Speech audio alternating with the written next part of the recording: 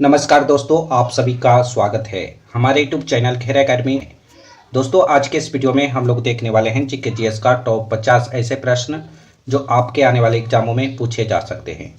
तो दोस्तों, अगर आप लोग किसी भी सरकारी जॉब की तैयारी करते हैं जिसमें जीके जीएस पूछे जाते हैं, उन सभी परीक्षाओं में ये वीडियो काफ़ी हेल्पफुल होंगे। तो दोस्तों, आप लोग इस वीडियो को शुरू से लेकर अंत तक जरूर देखिएगा। तो चलिए दोस्तों, शुरू करते हैं। प्रश्न नंबर पहला में लिखा गया है, भारत का आइंस्टीन किसे कहा जाता है। आप लोग को बताना है भारत का आइंस्टीन किसे कहा जाता है। इसका राइट आंसर क्या होगा। भारत का आइंस्टीन नागार्जुन को कहा जाता है। प्रश्न नंबर पहला का right answer option number A होगा। दोस्तों, अगर आप लोग किसी भी प्रश्न का राइट आंसर जानते होंगे तो कमेंट बॉक्स में बताइएगा।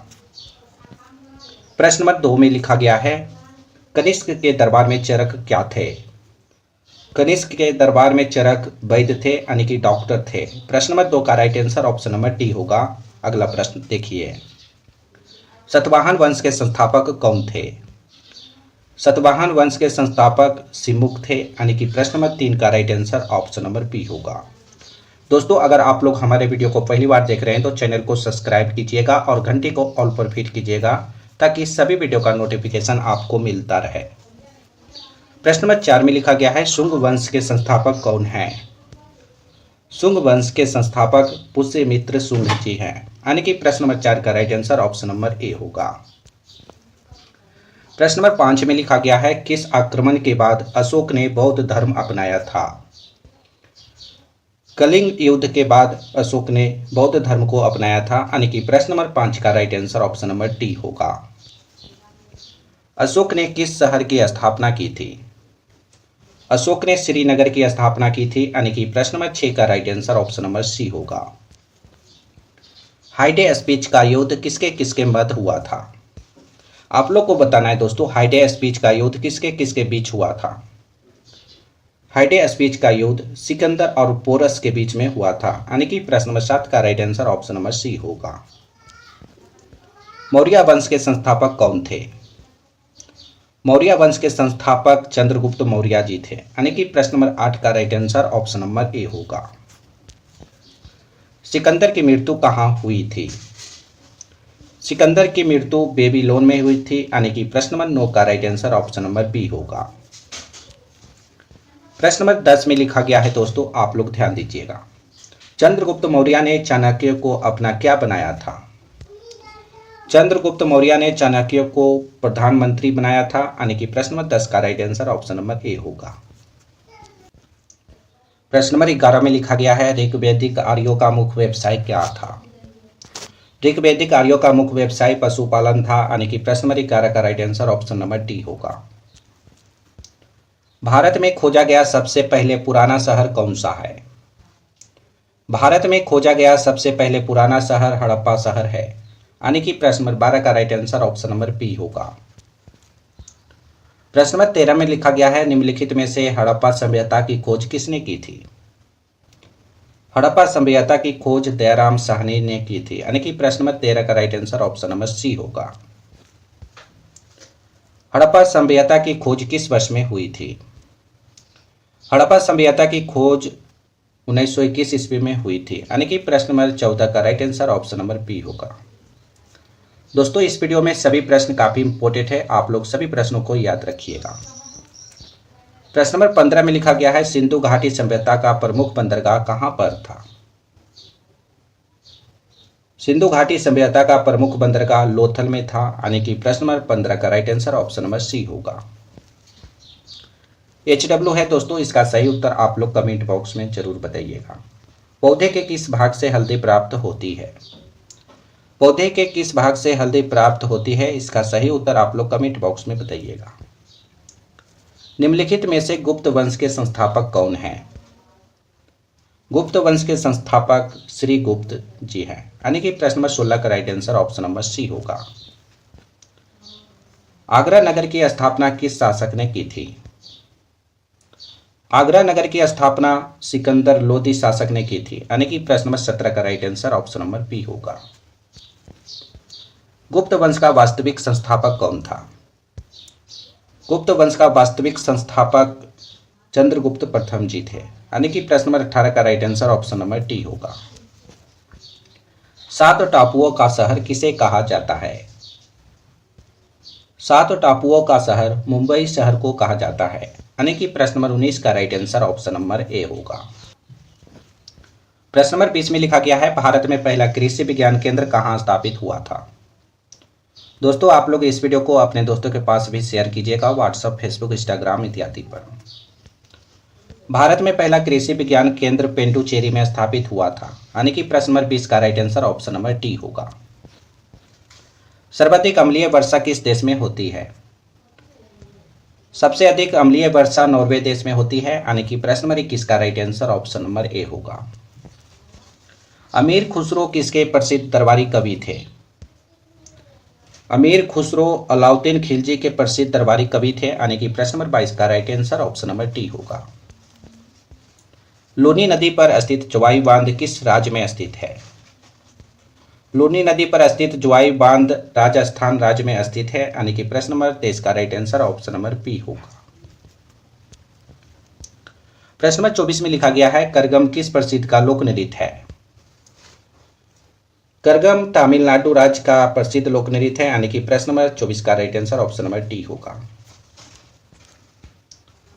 प्रश्न नंबर 25 में लिखा गया है, भारतीय जागृति का जनक किसे कहा जाता है?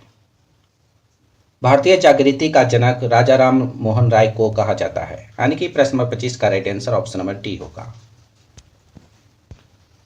जम्मू कश्मीर में उरी बांध किस नदी पर स्थित है? जम्मू कश्मीर में उरी बांध झेलम नदी पर स्थित है। प्रश्न नंबर 26 का right answer option number D होगा। सुंदरबन राष्ट्रीय उद्यान किस राज्य में स्थित है? सुंदरबन राष्ट्रीय उद्यान पश्चिम बंगाल राज्य में स्थित है। यानी कि प्रश्न नंबर 27 का right answer option number B होगा। प्रश्न नंबर 28 में लिखा गया है, निम्नलिखित में से किस शहर से होकर नेत्रावती नदी बहती है? बेंगलुरु शहर से होकर नेत्रावती नदी बहती है। यानी कि प्रश्न नंबर 28 का right answer option number D होगा। दोस्तों आप लोग इस वीडियो में एक लाइक कर दीजिएगा। अगला प्रश्न देखिए। प्रश्न नंबर 29 में लिखा गया है, निम्नलिखित में से कौन सा स्थान जैन धर्म से संबंधित है? रत्नगिरी स्थान जैन धर्म से संबंधित है। यानी कि प्रश्न नंबर 29 का right answer option number C होगा। आधुनिक युग की मीरा के नाम से किसे जाना जाता है?